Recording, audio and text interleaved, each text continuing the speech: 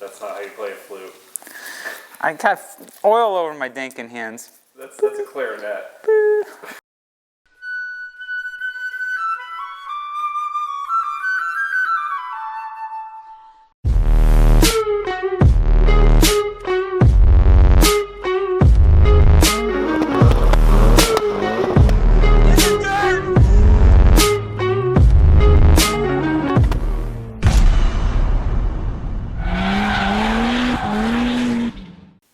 What is up, boys and girls? Tonight on Project AP1 S2000, Matthew and I are working on my 2003 AP1 S2000. This is the last of the 2-liter engines before Honda switched over to the 2.2 in the United States for 2004. If you've been tuning into our little mini all-motor revamp series here on YouTube, you will see in the last episode we switched out my J's Racing header for a Ballade Sports 4-2-1 exhaust manifold in hopes of gaining more mid-range power and maybe a little bit more peak. Go check that video out to see the differences in the two headers and the design behind each of one of them. So now, the last part of the install, we are going to be addressing the valve train a little bit. And we're getting rid of my Brian Crower Stage 2 cams and going to a set of the Ballade Sports cams, which I know on video you guys are not going to really be able to see the differences, but my understanding is that the Brian Crower, the primary lobes or the non-VTEC lobes, that's these smaller ones here, are pretty close to stock. The big emphasis was put on the VTEC lobe here, which is your race cam lobe. And this is what engages when VTEC kicks over on the stock ECU for the S2000 at 6,000 RPM and carries your RPM up to 9,000 RPM. Ballade focused a lot on the primary lobes to help mid-range and low end, to like really where you're using the power band a lot, like on the street or on corners where you drop out of the revs a little bit. So there's a big emphasis put on there. I think the VTEC lobes on this are a little bit more aggressive. I don't remember all the specs of duration offhand. Duration is a thing that you have to be careful about because some manufacturers measure duration at different lift points. And then there's the overall duration of the lobe. So there's a lot, like the numbers are kind of irrelevant. It's really the development that goes into them and how the engine actually responds to it. I do know that they do make the VTEC lobe a little bit more aggressive. One number I remember offhand is that these VTEC lobes have 0.75 millimeters more lift than the OEMs.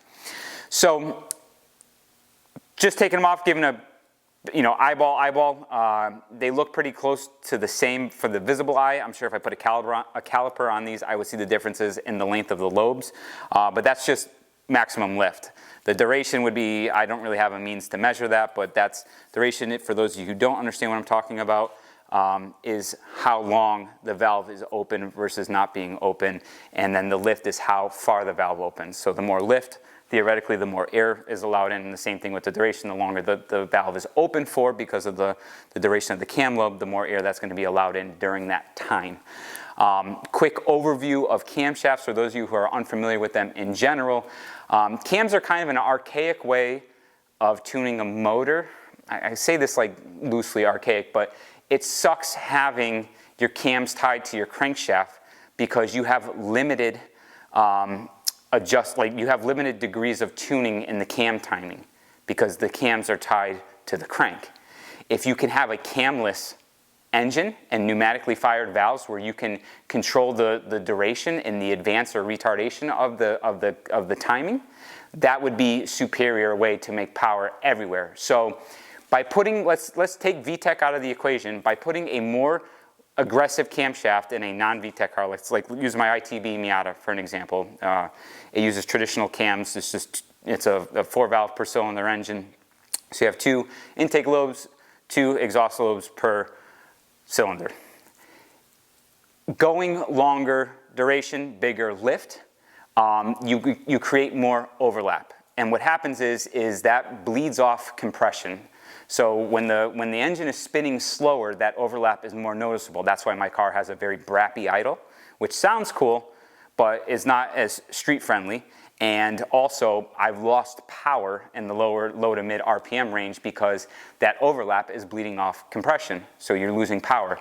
Now, when the engine's spinning very fast at higher RPMs, that overlap isn't really experienced, it doesn't really do anything. So having the motor spin faster, that's where you really take advantage of the bigger cam lobe. So going more aggressive cams, you are shifting your power band to a higher RPM, like as a basic rule of thumb.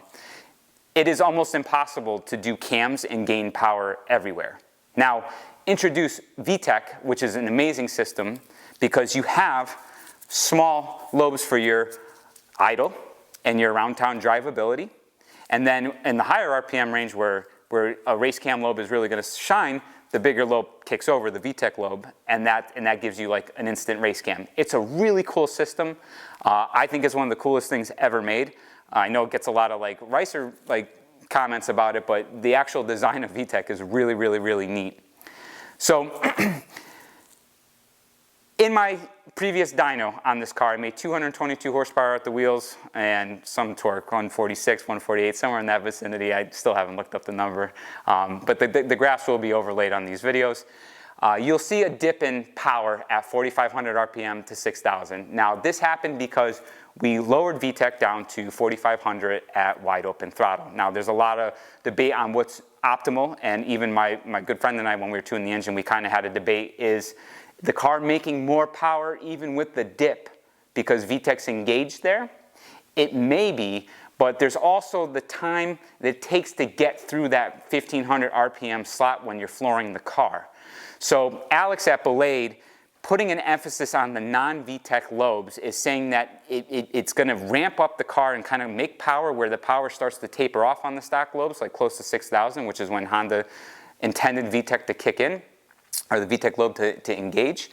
We're going to do a little bit lower of VTEC point, probably around 5,500, maybe as low as 5,200, and see if we can tune that dip and power out.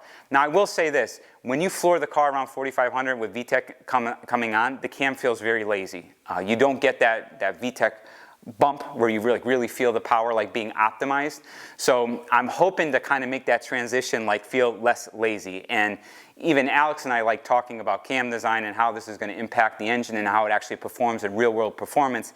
He's saying that if you had two identical cars, like literally everything identical down to the weight and identical setups, identical cams, everything, one that's engaging VTEC at a lower RPM, like 4,500 RPM, versus one that's doing it closer to 6, say 5,500, he's saying in real world power, the car that's engaging VTEC more where it's intended to be engaged is going to be faster. And I kind of believe him because of what I experienced in this lobe. Now, why that dip is created there in the dyno graph, we think, and again, I'm not a mechanical engineer, but at that low RPM, when you all of a sudden shift to this bigger race lobe, the engine isn't spinning fast enough, so you get a change in the air. There's almost like a turbulence that's created because the valves all of a sudden open up longer and allowing a lot more air into the engine when it's not really optimal to take advantage of. So it might be bleeding off compression. There may be just a lot of turbulence that's created because the engine's not spinning quite fast enough.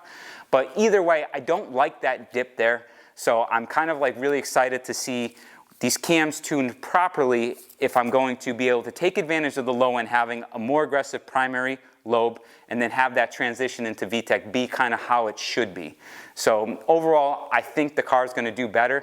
I'm hoping to gain some peak horsepower still on top of all this, and I think part of that may also be due to the new header, but we're going to see. So if I can dyno this car and make around 230 at the wheels on a dyno jet, corrected, I'd be very happy, but also I'm hoping for a nice big mid-range bump down there, at least get rid of that weird dip so the car doesn't feel lazy. I'll even like as the Ricer in me from the hot version days is kind of excited to have that more linear as the car's accelerating. You get the bump as the VTEC comes on. Right now, you floor the car and it's just very smooth and progressive, like dare I say, lazy. So I think that's everything that I want to cover on these cams. Oh, I did take weights real quick. The Brian car weighs in at 3.8 pounds and the Ballade weighs in at 3.6. So they are a pinch lighter, and anytime you can take weight out of the valve train, that's awesome. You will feel that in the rev characteristics of the motor. I already have a SuperTech titanium retainer set up in here, and they're dual valve springs, so the valve train is already lighter. That combined with the lightweight internals of the F-Series motors, which I love, and in a 7-pound flywheel, the engine has a very, very angry, fast revving nature. And I think Matt can vouch for me here every time I take him for a ride in the car. It's just like such a batshit crazy like experience. I mean, yes, the car's not batshit crazy like acceleration wise, but like the engine characteristics. It's angry. It's angry, and like that experience that it provides, it's just wonderful. And this is my favorite car to drive in track environments because it's just a great package. The power's plenty sufficient for track day stuff, and it's a very, very raw, visceral experience, but like in a modern car, like it's just right before everything got too complicated. It's one of the all-time great and my all-time favorite sports cars, one that I will always need to have, can never get rid of the S2000. So we're going to dive in and show you guys the installation, removing this can be applied to a car that's running stock cams going to an aftermarket cam, but the process of removing the camshafts and installing the new ones. Oh, and one more thing, more importantly that I want to talk about with this setup is that I'm switching, one second Matthew, to Ballade's adjustable timing gear. So for those of you who always talk about how the K-Series engines are superior, go look at the way they did the valve train on the F-Series. I think that's superior. I love the design of it. I love how they did the timing chain setup on it. So the timing chain actually rides on this gear, or I'm sorry, on this gear here. This is the aftermarket one. And then the cams ride on the gear here. So the cams don't actually have the timing chain tied to it. I think that's a really slick design. It uses a roller rocker setup that's fully adjustable. So when you can adjust your valves, you don't have to use shims. And everything's very smooth. The roller rockers provide that very slick, smooth engine performance. It's just a very, very awesome, awesome setup. I milled my head 15,000s. And I use a spoon thinner head gasket, which is 12,000. So it's overall 27 thousandths off of the head. What this does is this bumps static compression. By calculations, it should be around 11.6, 11.7 to 1, which is higher than the 11 to 1 factory compression ratio. However, when you do that, you retard cam timing. I don't know by how many degrees what I took off is retarding the cam timing, but even when we were timing the motor to top dead center, you can see that the cams are not quite at TDC when the crank pulley is. So that's something that's worth note. What happens when you have retarded cam timing is that you lose engine performance. So Alex came up with this gear, which I think is brilliant. It uses the OEM timing gear from Honda, and he added an adjustment here that allows you to advance, oh, I have them locked, but you can advance or retard the overall cam timing by 3 degrees in either direction. So in my case, because I'm already behind what I should be, and I'm giving up horsepower there, so I have very high hopes for this gear that correcting what I have and even advancing the cams a little bit is going to put me right where I want to be. Now, with my conversations with Alex, because I do have the head shave, we're going to go right to 2 degrees, and I think we're going to go almost as high as 2.5 degrees advance. And I'm pretty sure he said for most stock cars, you're going to do 1 to 1.5 degrees. Don't quote me on that. Verify with Ballade. The other thing to make note of is that over time, the stock timing chain does loosen. It stretches, and this will cause your cam timing to retard a little bit as well. So Alex has a gear that's non-adjustable that he made to correct that over time, and then you can have the adjustable one if you're running cams and you want to optimize the performance of them. So this is like basically a very quick and effective way to degree your cams in without actually using a degree wheel. So that's something that's cool. That's something that I didn't have on the other setup, and that may really open up some power. So I'm excited to see like how this does. And yeah, Matthew, did I miss anything? You got it all. No notes again. Just spitting this off the top of my head. So I hope I didn't miss anything. If I did, drop me in the comments and I will do my best to answer it. So we're going to dive into the install now. We already started just because we want to get some comparisons of the cams side by side, but we're going to show you every step of the way from removal to installation, and that's it. So let's do it. So to begin, we're going to remove the valve cover. It is assumed you know how to do this already if you're tackling camshafts.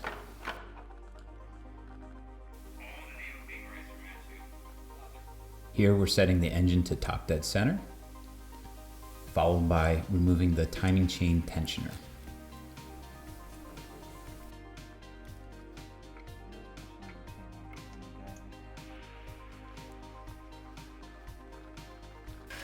Next, we're going to loosen the cam caps. Yes, I'm using an impact, but I'm only going very light increments at a time, relieving the tension across the cams.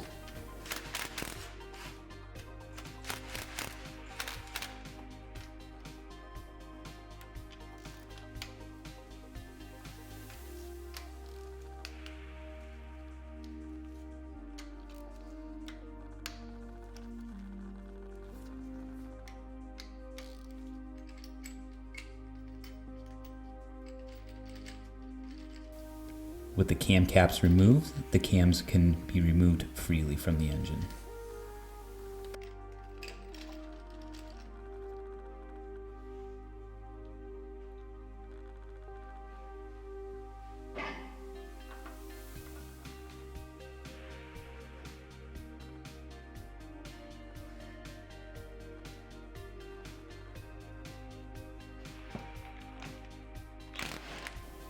Using an open-ended wrench in a vise, we can grab the wrench flats on the cam to support it, which will allow us to untorque the cam gear bolt.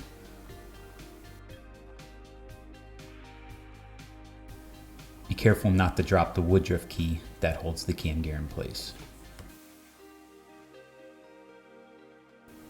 The cam position bolt on the back of the cam is reverse thread.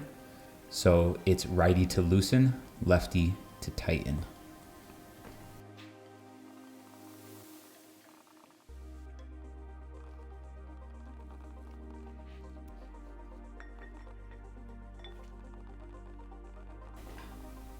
When reinstalling the cam gear, align the woodruff key and make sure it is not pushed back or gets bound up anywhere.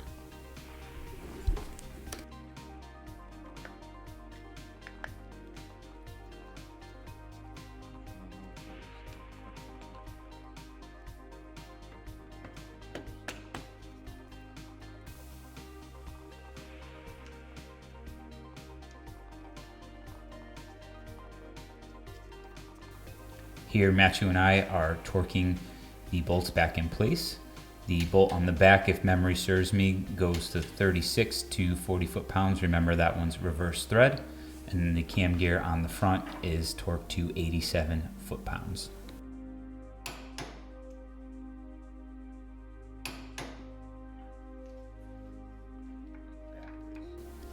So next, we're going to remove the factory drive gear to replace it with the Ballade adjustable unit. Here we're doing a two-man system because we do not want to lose tension on the timing chain. So I'm loosening it currently, pulling it out, keeping tension on the chain. Matthew's handing me the new adjustable Ballade gear.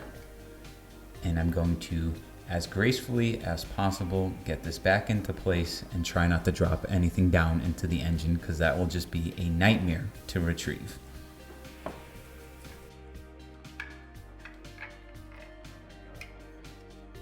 Yeah, so I'm going to need you to kind of align the gear for me. I'll get the chain.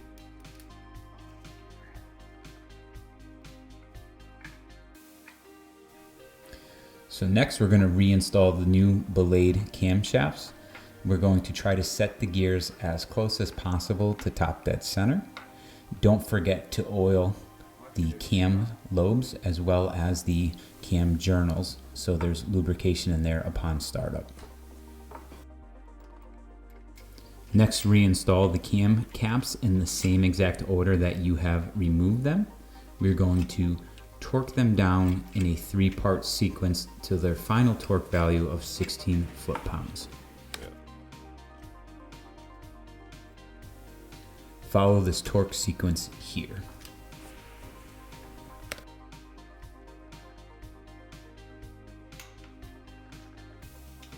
So I was a little bit unprepared for this and I kind of forgot some of the seals that you may encounter and have to replace. The timing chain tensioner, you theoretically can take the cover off, use a screw to retract the plunger, and then put your pin back in there because you have to go before you go and tension the timing chain again. However, I don't have the seal that goes in here. I couldn't even find my pin from when I put this replacement tensioner in not that long ago. So I do actually happen to have 2 of the seals. I have a second set of seals, like luckily, but we're going to use a coat hanger. And the way you can retract this without taking this cover off and not having to replace the oil cylinder, which I think it's an oil seal, looks like an oil seal from the diagram, you have to keep constant pressure on the plunger and spin it. As you spin it, it will actually retract in. It's really asinine to do it this way. I had to use a rubber glove to get good grip on it, but I wound it up. Matthew got this in. So what we're gonna do now is we're gonna back this out just a little bit to kind of make it just like the stock pin to here. And then we're gonna do a little bend. And that's it. You just cut it, right? And cut it. I gotta make sure that's the right side, but I think that it is. If not, we'll fix it. And then we put it in and you can pull the pin out. Freaking ridiculous. And while you're trying to wind that thing up, there's oil squirting everywhere. Oh, it's ignorant, but that's what you do when you're unprepared. You have to improvise. Yep. All right, so that wraps up our camshaft installation. Stay tuned for the next episode. We will go into details about how to set cold lash, also better known as a valve adjustment. Thank you guys so much for tuning in. We will see you in the next one. Done.